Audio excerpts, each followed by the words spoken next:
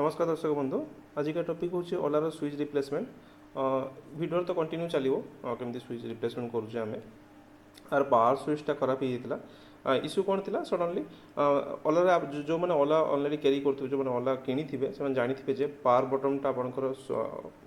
On पाई भी necessary पड़े with आप पार्किंग हटाइवाई भी नेसेसरी पड़े ऑनटा भी आप दरकार पड़े मोबाइल भी गोटे गाड़ी को आप ऑन करदे ओला गाड़ी को किंतु पार्किंग हटाइवाई पावर स्विचटा बहुत नेसेसरी पड़े पर्टिकुलाली जो गाड़ी अच्छे मो पार्टनर गाड़ी तार सडनली रास्ता मझे खराब हो गला पावर स्विचटा तो से कौन कला ना जो आप रबर देखते कौन इंस्ट्रूमेंट तो पाखर नाला से रबरटा को निजे कट करी से जो भितर जो स्विचटा अच्छी स्विचर लिडटा को से गोटे छोट तार में टच करी पार्किंग काटिकी चलैकी पलि आसला। नेक्स्ट है पावर स्विच केमती चेंज करेंगे सिंपल कथा जी जमी करुचे आप देखुवे आप वीडियो रे स्मॉल स्विच जोटा कि टिकटाक स्विच कहुच्छी आ माइक्रो स्विच कहुच्छी one push and hold normal push वाला स्विच आसूँ सेटा आप लोकल मार्केट में मे भी मिलवा डिफिकल्ट करिवो कारण लोकल मार्केट में जो स्विच मिले से टिके बड़ साइज थाए परफेक्टली फिटिंग आसेनी बट आप कम्प्लीटली खोलिकी सर्किट बोर्ड रे आप लगे पारे बट ये जमी आम बाहर लगे ट्राए करुचे स्मॉल एरिया रे तो जो मार्केट लोकल स्विच रोचे से आप लगे पारे बहुत डिफिकल्ट करिवो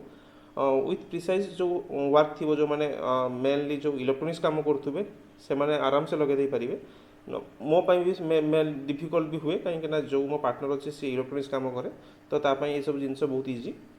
जो फास्ट स्विच आप देखुं लगौचे आम एटा नॉर्मल मार्केट रे स्विचटा मिलूँ 10 रुपीज 20 रुपीज सेमती मिले डिपेंड करे एरिया टू एरिया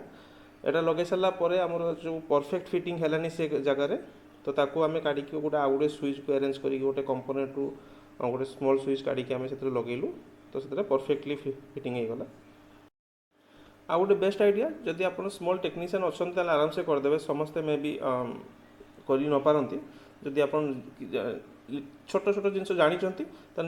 जदि आप रास्ता मझे एमती माने सिचुएसन होउची देन आप पोजिशनटा काटि नियंतु आप एडिशनल टूल किसी ना काटि नियंतु पाखापाखि किसी तार कौन जगार भी आप अच्छा पाखापाखि किसी दुकान अच्छी तार गोटे छोट लीड कि किसी भी गोटे मेटल ऑब्जेक्ट को नियंतु मुड़िकी जो स्विच दुई पट जगह लीड अच्छी ताकू जब टच करे नेबे आपनकर पावर बटन भी ऑन हो विथ आप पार्किंग भी हटिଯିव तो से कंडीशन आप आसिक आराम से गोटे लोकेशन में पहुँच जापारे। एबे जो देखिए आप ए स्विचटा लगे सारा परफेक्टली एटा फिटिंग हेलानी कारण से स्विचटा टिके बड़ साइजर थिला तो दुई पट सैड्र लीड टच होता बाहर पटू लगेला बेले रिजन हूँ जब आम भितर खोलिक पूरा सर्किट बोर्ड लगे था हो जाता बट बाहर पटू जब लगा हो पारानी से गोटे स्मॉल आ गोटे छोटे जो लगा से सेम स्विचटा गोटे अलग कंपोनेंट आम काढ़ी लगे तो परफेक्टली फिट हो गला पावर बटन काम कला। लास्ट रे वीडियो देखापी आप बहुत बहुत धन्यवाद। वीडियो यदि पसंद आस लाइक करूँ शेयर करूँ सब्सक्राइब करूँ वीडियो शेष पर्यटन देखापी आपको बहुत बहुत धन्यवाद।